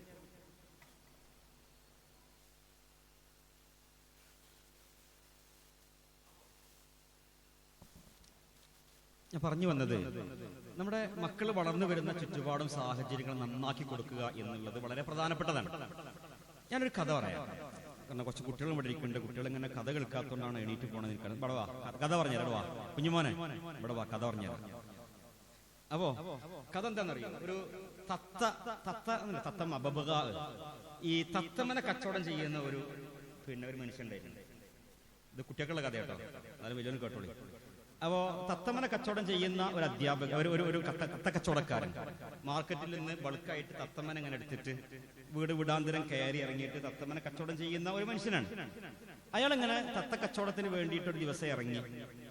അങ്ങനെ ഇറങ്ങി ഒരു അന്നത്തെ ദിവസം 10-11 മണിയായിട്ടും ഒരു കച്ചവടം നടന്നിട്ടില്ല. അപ്പൊ അങ്ങനെ പോണ വഴിക്ക് ഒരു ഈ ചിക്കൻ സ്റ്റാളും ബീഫ് സ്റ്റാളും ഒക്കെ കൂടിയുള്ള സ്ഥലത്ത് ഇങ്ങനെ അവിടെ ഉള്ള ജോലിക്കാരും ഒക്കെ അവിടെ അങ്ങനെ വെറുതെ ഇങ്ങനെ ഇരിക്കുന്നത് കണ്ടപ്പോൾ എന്ത് ചെയ്തു? ഈ തത്തമ്മനെയും കൊണ്ട് അങ്ങോട്ട് കയറി ചെന്നിട്ട് പറഞ്ഞു, ഞാനിങ്ങനെ ഒരു കച്ചവടക്കാരനാണ്, നല്ല ലക്ഷണമൊത്ത തത്തയാണ് ഒക്കെ. തത്തന്റെ വസ്തുക്കളും സിഫത്തുകളും ഗുണഗണങ്ങളും ഒക്കെ ഇങ്ങനെ പറഞ്ഞു കൊടുത്തിട്ട് നല്ല തത്തയാണ്, നമ്മൾ സംസാരിക്കുന്നത് പോലെയൊക്കെ സംസാരിക്കും എന്നൊക്കെ പറഞ്ഞു എന്ത് ചെയ്തു? തത്തമ്മനെ വാങ്ങാൻ വേണ്ടി പ്രേരിപ്പിച്ചു.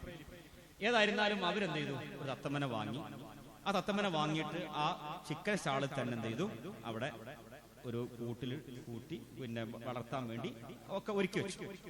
ഈ തത്തക്കച്ചവടക്കാരൻ വീണ്ടും അവിടുന്ന് വേറെയും അയാളുടെ തട്ടകം തേടി വേറെ ആരെങ്കിലും വാങ്ങുമോ എന്നൊക്കെ തേടിയിട്ട് അയാൾ വീണ്ടും പോകുന്നു. പോയിട്ട് അയാള് ഒരു നല്ല സാത്വികനായ നല്ല ഒരു നാട്ടിലൊക്കെ അറിയപ്പെട്ട ഒരു നല്ല മനുഷ്യന്റെ വീട്ടിലേക്ക് ചെന്നു. അല്ലെങ്കിൽ പോകുന്ന വഴിക്കാരുടെ വീട് കണ്ടു, നല്ല മനുഷ്യനെ കണ്ടപ്പോൾ അവിടേക്ക് കയറി ചെന്നു. അയാളോടും പറഞ്ഞു ഇങ്ങനെ തത്തയുടെ ഗുണഗണങ്ങളൊക്കെ പറഞ്ഞിട്ട് അയാളെ കൊണ്ടും വാങ്ങിപ്പിച്ചു മറ്റൊരു തത്തമ്മയെ. അങ്ങനെ ഈ 2 തത്തകളും ഈ കൂട്ടിൽ ഇങ്ങനെ വളർന്നു വരുന്നു. ഇയാളുടെ കച്ചവടങ്ങൾ വീണ്ടും മറ്റു പല ഭാഗങ്ങളിലൊക്കെ ആയിട്ട് ഇങ്ങനെ നടന്നുകൊണ്ടിരിക്കുന്നു. വേറെ ഒരു ദിവസം കുറച്ച് മാസങ്ങൾക്ക് ശേഷം വീണ്ടും ഇതേ വഴിക്ക് ഈ തത്തക്കച്ചവടക്കാരൻ വരികയാണ്. തത്തക്കച്ചവടക്കാരൻ ഇങ്ങനെ വന്നപ്പോ ഈ പഴയ ചിക്കൻ സ്റ്റാള് കണ്ടു. അന്ന് തത്ത കൊടുത്തിട്ടുള്ള ചിക്കൻ സ്റ്റാള് കണ്ടു.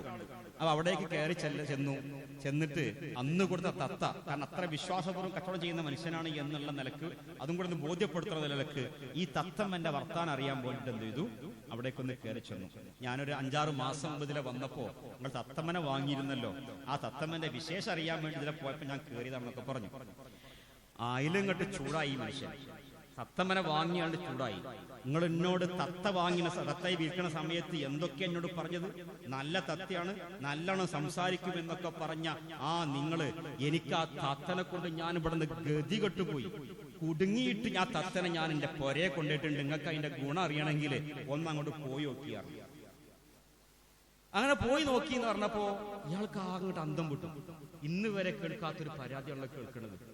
ഏതായിരുന്നാലും എവിടെയാ വീട് എന്നൊക്കെ ചോദിച്ചറിഞ്ഞ് അങ്ങോട്ട് ചെന്ന് ആ വീടിന്റെ മുന്നിലേക്ക് കയറി ചെല്ലണ സമയത്ത് തന്നെ ഈ തത്ത എന്താ വിളിച്ചു പറയണത് അറിയോ, പിടിക്കാമനെ, വലുത് നോക്കി പിടിക്കും, വെട്ട്, ചെറുതാക്കി വെട്ട്, വലുതാക്കി വെട്ട്, ഉമ്മാരി വർത്താനൊക്കെയാ പറയണത്. ചെറിയ കഷ്ണാക്കാനും വലിയ കഷ്ണാക്കാനും ഒക്കെ ഉള്ള വർത്താനൊക്കെയാണ് പറയുന്നത്.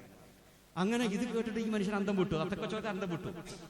എന്തായാലും മറ്റേ ആൾക്ക് ആ വേറെ അത്ര കൊടുത്തിട്ടുണ്ട് ഈ നാട്ടിൽ തന്നെ, അതിന്റെ വർത്താനം കൂടി അടിച്ചിട്ട് പോകാൻ വിചാരിച്ചിട്ട് അങ്ങോട്ടും കയറി ചെന്നു. അങ്ങോട്ട് കയറി ചെന്നപ്പം ആ പഴയ മനുഷ്യൻ അവിടെ തന്നെ ഉണ്ട്. അയാൾ സന്തോഷത്തോടു കൂടി സ്വീകരിച്ചു. ഞാൻ തത്തക്കച്ചവടക്കാരനാണ്, മുമ്പ് വന്നിരുന്നു, ഇവിടെ നിങ്ങൾക്ക് തത്തനെ തന്നിരുന്നു, അതിന്റെ വർത്താനം അറിയാൻ വേണ്ടി വഴിക്കോട്ട് പോയപ്പോ ഞാൻ ഒന്ന് കയറിയതാണ്, തത്ത എങ്ങനെ ഉണ്ടെന്നൊക്കെ ചോദിച്ചു. തത്ത ഉഷാറ് തത്ത, നിങ്ങൾ ആ തന്നേന്റെ ആ തത്ത വളരെ, നിങ്ങൾക്ക് ഇനിയും അതിന് പൈസ തന്നാലും അത്രയും പൈസ തന്നാലും നിങ്ങൾ ചോദിക്കണ പൈസ തന്നാലും എനിക്കൊരു സങ്കടമല്ല, അത്രയ്ക്ക് നമുക്ക് ഇഷ്ടപ്പെട്ടിട്ടുണ്ട്, നിങ്ങളൊന്ന് പോയി നോക്കി എന്ന് പറഞ്ഞ് തത്തമ്മടുത്ത് പോയി നോക്കിയപ്പോ അസ്സലാമു അലൈക്കും, വലൈക്കും അസ്സലാം, എന്നിട്ട് വരി കയറി ഇരിക്കി, ചായ ഒടിച്ചോടി, ചായ കൊടുക്കി, ഇതൊക്കെ വർത്താനം പറയുന്നത്. എന്തേ മനസ്സിലായി കഥയെന്ന്? സാഹചര്യങ്ങൾ എങ്ങനെ ഉണ്ടാവും കുട്ടിക്ക് മനസ്സിലാക്കാൻ വേണ്ടി കഥ പറഞ്ഞതേ ഉള്ളൂ കേട്ടോ. അപ്പൊ ഏതായാലും സാഹചര്യങ്ങൾ, വളർന്നു വരുന്ന സാഹചര്യങ്ങൾ, അത് എത്ര വലിയ സ്വാധീനമുണ്ടാക്കും എന്നുള്ളതാണ്. ചിക്കൻ സ്റ്റാളിൽ വളർന്ന തത്ത അവിടുന്ന് കേൾക്കണ വർത്താനം ഇതൊക്കെയാണല്ലോ, ചെറിയ കഷ്ണാക്കലും വറക്കലും വലിയ കഷ്ണാക്കലൊക്കെയാണല്ലോ, അതാണ് അവിടുന്ന് കേട്ട് പഠിച്ചത്. എന്ന് പറഞ്ഞാൽ നമ്മുടെ വീട്ടിൽ നിന്ന് ഇതും കൂടി ഉണ്ട്. തത്തന്റെ കഥയാണെങ്കിൽ വീട്ടിൽ നിന്ന് നമ്മൾ സംസാരിക്കുന്നത് എങ്ങനെയായിരിക്കും, ഇത് അത്ര ശ്രദ്ധിച്ചും ജാഗ്രതയോടുകൂടിയും ഈ കൊച്ചുമക്കൾ പകർത്തും. നമ്മൾ ശ്രദ്ധിച്ചേ മതിയാകൂ. സംസാരത്തിലെ നമ്മൾ പറയുന്ന വാക്കുകൾ ശ്രദ്ധിച്ചേ മതിയാകൂ. അത് കളവാണെങ്കിൽ കളവ് പകർത്തും, വേണ്ടാത്ത വർത്തമാനങ്ങളിൽ അത് പകർത്തും, നമ്മുടെ സംസാരത്തിലെ നാക്കും നോട്ടവും ഒക്കെ പകർത്തും എന്നുള്ളത് നമ്മൾ ശരിക്കും മനസ്സിലാക്കുക. അതിന് ഏറ്റവും വലിയ ഉദാഹരണം തന്നെയാണ് തന്റെ കഥ. കുട്ടിയൊക്കെ പറഞ്ഞ കഥ തന്നെയാണെങ്കിൽ പോലും നമ്മൾ ആലോചിക്കണം. അവര് വളർന്നു വരുന്ന സാഹചര്യങ്ങൾ നന്നാക്കി കൊടുക്കുക എന്നുള്ളത് വളരെ പ്രധാനപ്പെട്ടതാണ്. 8 മണി വരെ പോകും അല്ലെ, വളരെ പ്രധാനപ്പെട്ടതാണ്. ഞാനൊരു ഹദീസിന്റെ ഒരു ആശയം കൂടി പറയാം, അതിന്റെ അവസാന ഭാഗം പറയട്ടോ. നമുക്കറിയില്ലേ, 100 ആൾക്കാരെ കൊന്ന ഒരു മനുഷ്യന് തൗബ കിട്ടിയ സംഭവം അറിയില്ലേ?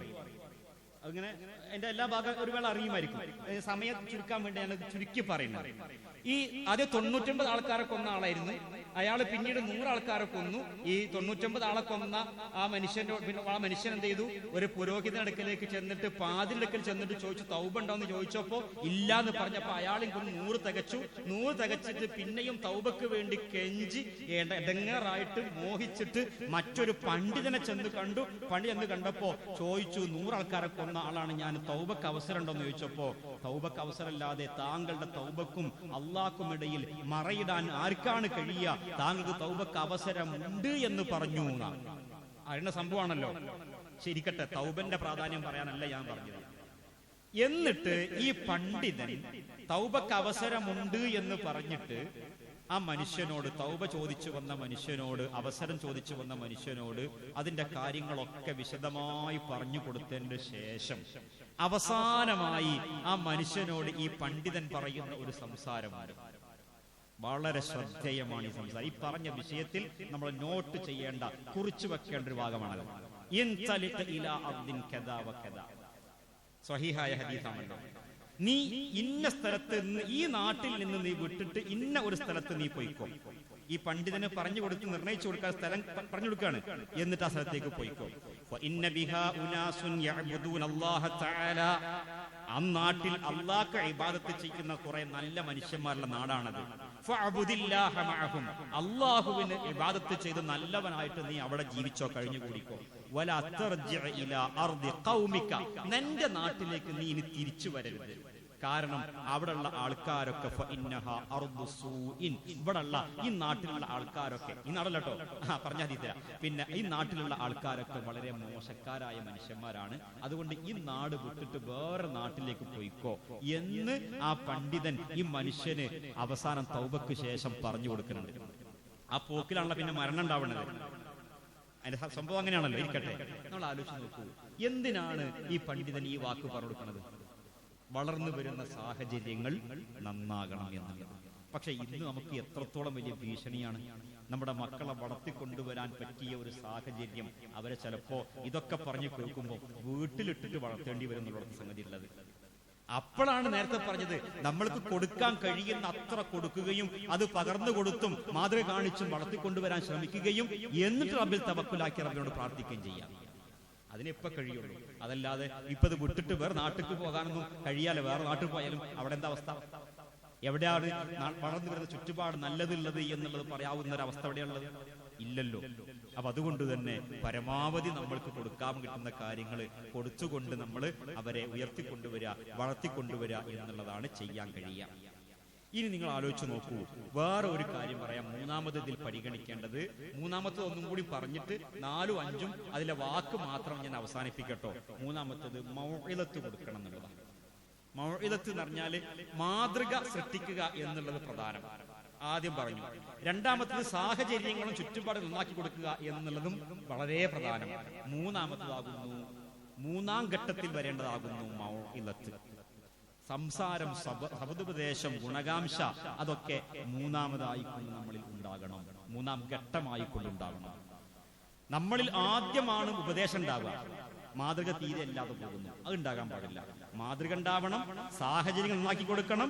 മൂന്നാമതായി മൗഇദത്ത് കൊടുക്കണം. മദ്രസയെ കൊണ്ടേ ചേർക്കലും നമ്മൾ പറഞ്ഞു കൊടുക്കലൊക്കെ ഈ ഘട്ടത്തിലാ വരിക. അവിടെയാണ് പരിശുദ്ധ ഖുർആൻ നമുക്ക് നൽകുന്ന ഉപദേശങ്ങൾ നമ്മൾ ഉൾക്കൊള്ളുന്നത്. ഖുർആന്റെ ഉപദേശം നമ്മൾക്ക് എല്ലാവർക്കും അറിയാം. ആ ഉപദേശങ്ങളിൽ നമുക്ക് അള്ളാനെ മനസ്സിലാക്കാനും മുറാഖബത്തുള്ള ഉൾക്കൊണ്ടുകൊണ്ട് ജീവിക്കാനും പറ്റിയതായ ഒരുപാട് ഉപദേശങ്ങൾ പരിശുദ്ധ ഖുർആൻ കഥകളിലൂടെയും ചരിത്രം അവതരിപ്പിച്ചുകൊണ്ട് നമ്മുടെ മുമ്പിലേക്ക് വെച്ചിട്ടുണ്ട്. ഉദാഹരണം, യൂസുഫ് നബി അലൈഹി സ്വലാത്തു വസ്സലാമയുടെ കഥ. യൂസുഫ് നബിന്റെ കഥ എന്തുമാത്രം സുന്ദരമായിട്ടാണ് അള്ളാഹു സുബ്ഹാനഹു വ തആല ആവിഷ്കരിച്ചിട്ടുള്ളത് നമുക്ക് പറഞ്ഞു തന്നിട്ടുള്ളത്. ആ കഥ ഇങ്ങനെ കേൾക്കുമ്പോൾ കിട്ടുന്ന ഗുണപാഠം എന്താണ്? ധാർമ്മികതയുടെ പാഠം, സ്വഭാവ സംസ്കരണം, ജീവിത വിശുദ്ധി. അല്ലാഹു സുബ്ഹാനഹു വ തആല സദാ നമ്മളെ നിരീക്ഷിച്ചു കൊണ്ടിരിക്കുന്നുണ്ട് എന്നുള്ള ബോധം. ഇതൊക്കെ ഉൾക്കൊള്ളാൻ കഴിയുന്ന അതിശക്തമായിട്ടുള്ള ഒരു കഥാകഥനമാകുന്നു യൂസുഫ് നബി അലൈഹി സ്വലാത്തു വസ്സലാമയുടെ കഥ എന്ന് നമുക്കെല്ലാവർക്കും അറിയാം. അങ്ങനെയുള്ള മൗഇദത്തുകള്, അങ്ങനെയുള്ള കഥകളിലൂടെ, അനുഭവങ്ങളിലൂടെ നമ്മൾക്ക് എന്ത് ചെയ്യണം? അനുഭവ കഥകളിലൂടെ നമ്മൾക്ക് കുട്ടികൾക്ക് പകർന്നു കൊടുക്കാൻ കഴിയുക, അത് പ്രധാനപ്പെട്ടതാണ്. ഇന്നവിടെ കഥ പറയുന്ന ഉപ്പമാരുണ്ടോ? നമ്മുടെ അടുക്കൽ നിന്ന് മക്കൾക്ക് അവർക്ക് ഉൾക്കൊള്ളാവുന്ന എന്തെങ്കിലും കഥ കിട്ടിയിട്ടുണ്ടോ? എന്നാലോ നമ്മളുടെ ഇപ്പൊ ഈ മുതിർന്ന ആളുകളെയൊക്കെ നിങ്ങൾ ആലോചിച്ച് നോക്കി. മുതിർന്ന ആളുകളിൽ പലർക്കും നമ്മുടെ ഉമ്മമാരോ അല്ലെങ്കിൽ വല്യമ്മമാരോ പറഞ്ഞു തന്ന കഥയുടെ ഓർമ്മകൾ ഇപ്പോഴും കൊണ്ടെടുക്കുന്ന എത്ര ആൾക്കാരുണ്ടാവും? എന്തേ നമ്മളിൽ നിന്ന് ഒരു കഥ മക്കൾക്ക് പകർന്നു കൊടുക്കാൻ ഇല്ലാതെ പോകുന്നത് എന്തുകൊണ്ടാണ്?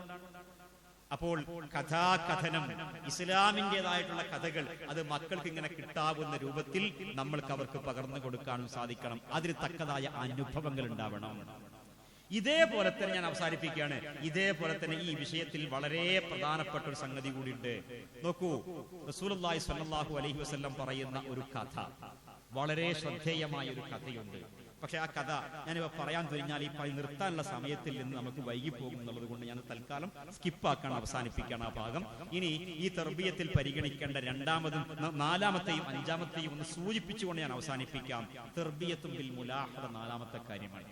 നമ്മൾ കൊടുക്കാനുള്ളതൊക്കെ ഇങ്ങനെ കൊടുത്തു കഴിഞ്ഞാൽ ഖുതുബത്ത് സൃഷ്ടിക്കുന്നു, മാതൃകായോഗ്യരാകുന്നു, നല്ല സാഹചര്യങ്ങൾ ഉണ്ടാക്കി കൊടുക്കുന്നു, മൗഇദത്ത് പോകുന്നു, നല്ല കഥകളിലൂടെയുള്ള ഉപദേശങ്ങൾ കൊടുക്കുന്നു.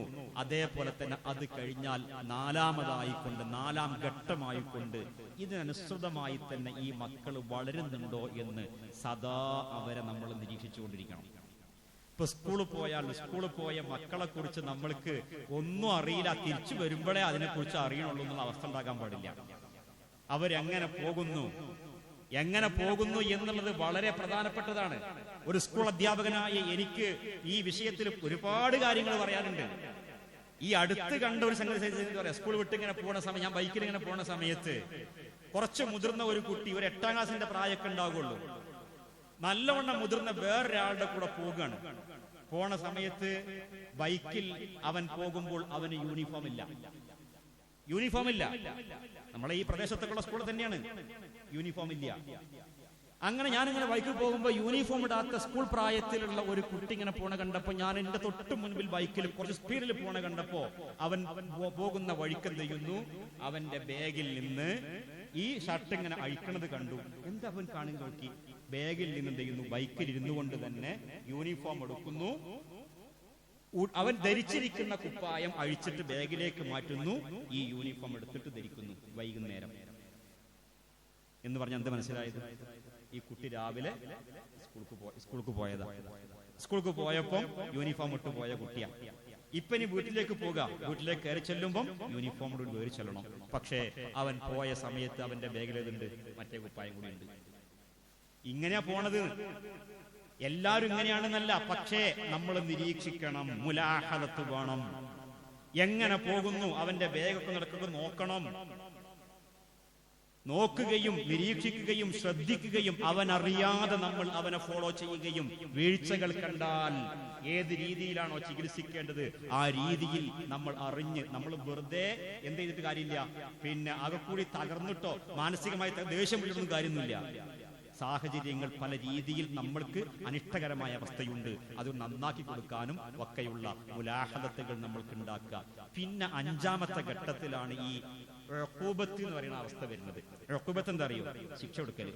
ശിക്ഷ 5ാമത്തെ ഘട്ടത്തിൽ വരുന്നതാണ്. ഇതൊക്കെ വേറെയും വിശദീകരിക്കേണ്ടതാണ്. ഏതായിരുന്നാലും സമയം അവസാനിച്ചതുകൊണ്ട് നിർത്തുകയാണ്. അല്ലാഹു സുബ്ഹാനഹു വ തആല നമ്മളിങ്ങനെ കുറച്ചു നേരം ഇത്തരം കുറച്ച് കാര്യങ്ങൾ ഇങ്ങനെ പറഞ്ഞു. ഈ പറഞ്ഞ കാര്യങ്ങളിൽ അറിയാത്ത കാര്യങ്ങൾ നിങ്ങളുടെ മുമ്പിൽ ഞാൻ സംസാരിച്ചിട്ടില്ല.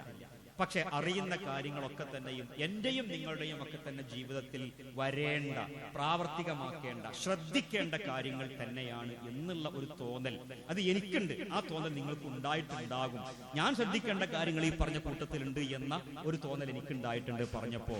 ആ രീതിയിൽ നിങ്ങൾക്കും തോന്നിയിട്ടുണ്ടെങ്കിൽ ഈ ഒരു സംസാരം അർത്ഥപൂർണമാണ്. അത് നമ്മൾക്ക് ആ അർത്ഥത്തിൽ നമ്മുടെ ചിന്തകളിലേക്ക് കൊണ്ടുവരാനും ശ്രദ്ധിക്കേണ്ട കാര്യങ്ങൾ ശ്രദ്ധിക്കാനും ഒക്കെ സാധിക്കണം. അല്ലാഹു സുബ്ഹാനഹു വ തആല നമുക്കതിന് തൗഫീഖ് നൽകുമാറാവട്ടെ. നമ്മൾ ഇങ്ങനെ ഈ വളർന്നു വരുന്ന സമയത്ത്, മക്കൾ വളർന്നു വരുന്ന സമയത്ത് കുറച്ചൊന്ന് റിസ്ക് എടുക്കാൻ തയ്യാറായിട്ടില്ലെങ്കിൽ വലിയ റിസ്ക് നമ്മുടെ ഭാഗത്തേക്ക്, നമ്മുടെ ചുമലിലേക്ക് വരും എന്നുള്ളത് തിരിച്ചറിയണം. അവിടെയും ഒരു കഥ പറയാനുണ്ട്. ഒരു യാത്രാ സംഘത്തിന്റെ കഥ ഞാൻ അവസാനിപ്പിക്കട്ടെ, 2 മിനിറ്റ് അവസാനിപ്പിക്കാം. ഒരു യാത്രാ സംഘത്തിന്റെ കഥയുണ്ട്. ഒരു യാത്രാ സംഘം മുന്നോട്ട് പോകാൻ വേണ്ടിയിട്ട്, യാത്ര തുടങ്ങാൻ വേണ്ടി തയ്യാറായിട്ട് നിൽക്കുന്ന സമയത്ത് ആ യാത്രയുടെ അമീർ, പഴയ കാലത്തെ യാത്ര കേട്ടോ എന്ന് പറഞ്ഞാൽ നടന്നു പോകുന്ന യാത്ര. അപ്പൊ യാത്രയുടെ ഭാണ്ഡക്കെട്ടുകളൊക്കെ ഉണ്ട്, ഒരു ഭാഗത്തിന് കൂട്ടിട്ടുണ്ട്. യാത്രയിലെ ഓരോ ആൾക്കാരോടും പറഞ്ഞു, ഓരോരുത്തരും ഓരോ ഭാണ്ഡം ഈ മൂലയിൽ എടുക്കണം എന്ന് പറഞ്ഞു. ഓരോരുത്തരും ഭാണ്ഡം ഇങ്ങനെ എടുക്കാൻ വേണ്ടിയിട്ട് ഏറ്റവും ഘനം കുറഞ്ഞത് കിട്ടാൻ വേണ്ടിയിട്ട് എല്ലാവരും ഇങ്ങനെ തിക്കും തിരക്കും കൂട്ടുകയാണ്. ആ കൂട്ടത്തിൽ ഒരു മനുഷ്യൻ ഇതൊക്കെ നോക്കിയിട്ട് ഇങ്ങനെ നിൽക്കുന്നുണ്ട്. അയാൾക്ക് അവസാനം കിട്ടിയത് ഏറ്റവും ഭാരമുള്ളതാണ്. ആ ഭാരമുള്ളത് വളരെ പ്രയാസപ്പെട്ട് അയാൾ ചുമലിലേക്ക് കയറ്റി. പക്ഷേ അയാൾക്ക് കിട്ടിയത് ഭക്ഷണത്തിന്റെ ഭാണ്ഡക്കെട്ടായിരുന്നു. ആ ഭക്ഷണത്തിന്റെ ഭാണ്ഡക്കെട്ട് കിട്ടിയ മനുഷ്യൻ എല്ലാവരുടെയും പിറകെ സഞ്ചരിക്കുന്നു, കാരണം വലിയ ഭാരമുണ്ട്. പക്ഷേ കുറച്ച് മുന്നോട്ട് പോയപ്പോൾ ആ ഭാരം ചുമന്ന മനുഷ്യൻ ആദ്യഘട്ടത്തിൽ ഒരുപാട് പ്രയാസപ്പെട്ടെങ്കിലും കുറച്ച് മുന്നോട്ട് പോയപ്പോൾ അവർക്ക് ഭക്ഷണം കഴിക്കാൻ വേണ്ടി ഇരിക്കാൻ സാധിച്ചു, ഇരിക്കാൻ സ്ഥലം കിട്ടി. അവിടെ ഒന്നാമത്തെ ഭക്ഷണം അവർ കഴിച്ചു. ഒന്നാമത്തെ ഭക്ഷണം കഴിച്ചതോടുകൂടി ഈ ഏറ്റവും വലിയ ഭാണ്ഡമെടുത്ത ആ മനുഷ്യന്റെ ഭാണ്ഡക്കെട്ടിൽ നിന്ന് നല്ല ഒരു ശതമാനം ഭാരം കുറഞ്ഞു. ഭാരം കുറഞ്ഞതോടുകൂടി അയാൾക്ക് ഒന്നുകൂടി ആശ്വാസമായി ഉച്ചക്ക് വീണ്ടും ഭക്ഷണം കഴിക്കാൻ വേണ്ടിയിരുന്നു. ഉച്ച സമയത്ത് ആ ഭക്ഷണത്തിന്റെ ഭാണ്ഡക്കെട്ടിൽ നിന്ന് പകുതിയിലേറെ കുറഞ്ഞു. അയാൾക്ക് വളരെ വലിയ ആശ്വാസമായി. മൂന്നാമത്തെ ഭക്ഷണം കഴിച്ചതോടുകൂടി അയാൾ പൂർണ്ണമായിട്ടും ഫ്രീ ആയി. അയാൾ സുഖസുന്ദരം നടക്കാൻ തുടങ്ങി. ബാക്കിയുള്ളവരുടെ ഭാണ്ഡക്കെട്ടിലൊക്കെ പഴയ ഭാരപ്പോഴും ഉണ്ട്. ഭാരം ആദ്യം ഏറ്റെടുത്ത, ഏറ്റവും കൂടുതൽ ഭാരം ഏറ്റെടുത്ത മനുഷ്യന്റെ എന്ത് ചെയ്തു? എല്ലാവരും അത് സ്വീകരിച്ചപ്പോ, കൊടുക്കേണ്ടതൊക്കെ കൊടുത്തപ്പം അയാളുടെ ഭാരം ചുരുങ്ങിയെങ്കിൽ ജീവിതത്തിൽ നമ്മൾക്ക് റിസ്ക് എടുക്കാൻ കഴിയില്ല എന്നുള്ളത് ചിന്തിക്കുന്നതിന് പകരം മക്കൾക്ക് തർബിയത്ത് കൊടുക്കേണ്ട വിഷയത്തിൽ ഏത് ഘട്ടത്തിലും കുറച്ച് റിസ്ക് എടുത്തിട്ടാണെങ്കിലും നമ്മൾ ആ ഭാരം ഏറ്റെടുത്തിട്ട് മുന്നോട്ട് പോകാൻ തയ്യാറാകുമ്പോൾ പിന്നീട് കടന്നു വരുന്ന സന്തോഷത്തിന്റെ നാളുകളായിരിക്കും. പിന്നീട് ഭാരം ഉണ്ടാവില്ല. ഭാരം കുറഞ്ഞ ഒരവസ്ഥയിൽ നമുക്ക് സന്തോഷിക്കാൻ സാധിക്കട്ടെ. അല്ലാഹു സുബ്ഹാനഹു വ തആല നമ്മുടെ മക്കളെ കൺകുളിർമയേകുന്ന മക്കളാക്കി അല്ലാഹു നമുക്ക് നൽകുമാറാവട്ടെ. അത് അനുഭവിക്കാനുള്ള തൗഫീഖും അല്ലാഹു പ്രദാനം ചെയ്യുമാറാവട്ടെ. അല്ലാഹുവേ, ഞങ്ങളിൽ, ഞങ്ങളുടെ ഇണകളിൽ, ഞങ്ങളുടെ മക്കളിൽ ഞങ്ങൾക്ക് നീ തികഞ്ഞ സന്തോഷവും സംതൃപ്തിയും സമാധാനവും നൽകി നീ അനുഗ്രഹിക്കണമേ റബ്ബേ. കുടുംബസമേതം മക്കളോടൊപ്പം, ഇണകളോടൊപ്പം, ഉമ്മമാരോടൊപ്പം, ഉപ്പമാരോടൊപ്പം, ഞങ്ങളുടെ ബന്ധുമിത്രാദികളോടൊപ്പം സ്വർഗ്ഗത്തിൽ പ്രവേശിക്കാൻ ഞങ്ങൾക്ക് നീ തൗഫീഖ് നൽകി അനുഗ്രഹിക്കണമേ റബ്ബേ. അല്ലാഹുവേ, ഇങ്ങനെ ഒരു ക്ലാസ്സിന് വരാൻ വേണ്ടി ആഗ്രഹിച്ചിട്ട് പലതരത്തിൽ പ്രതിസന്ധികൾ വരാൻ കഴിയാതെ പോയവരായ ആളുകൾക്ക് നാഥ ഇവിടെ വന്നിരുന്നത് പോലെയുള്ള പ്രതിഫലം നൽകി നീ അനുഗ്രഹിക്കണമേ റബ്ബേ. ഇവിടെ വന്നവരായ ആളുകൾ ആ നീയത്തനുസരിച്ച് ആ പ്രതിഫലം നാഥ നീ അവർക്ക് നൽകി അനുഗ്രഹിക്കണമേ റബ്ബേ. ഇവിടെ വന്നിരുന്നതും ഇവിടെ നിന്നുള്ള തിരിഞ്ഞു പോക്കുമൊക്കെ നിന്റെ ഇഷ്ടത്തിലുള്ള കുടിയിരുത്തമായി നീ സ്വീകരിക്കണമേ റബ്ബേ. റബ്ബന ആതിനാ ഫിദ് ദുനിയ ഹസന വഫിൽ ആഖിറതി ഹസനതൻ വഖിനാ അദാബന്നാർ. അല്ലാഹുമ്മ അശ്ഫി മർദാന വമർദൽ മുസ്ലിമീൻ. അല്ലാഹുമ്മ അശ്ഫി മർദാന വമർദൽ മുസ്ലിമീൻ. അല്ലാഹുമ്മ ഖദി ഹാജാതിനാ യാ ഖാദിയൽ ഹാജാത്ത്. റബ്ബന തഖബ്ബൽ മിന്നാ ഇന്നക അൻതസ് സമീഉൽ അലീം വതുബ് അലൈനാ ഇന്നക അൻതത് തവ്വാബുർ റഹീം വഗ്ഫിർ ലനാ യാ ഗാഫിറൽ മുദ്നിബീന വൽഹംദുലില്ലാഹി റബ്ബിൽ ആലമീൻ.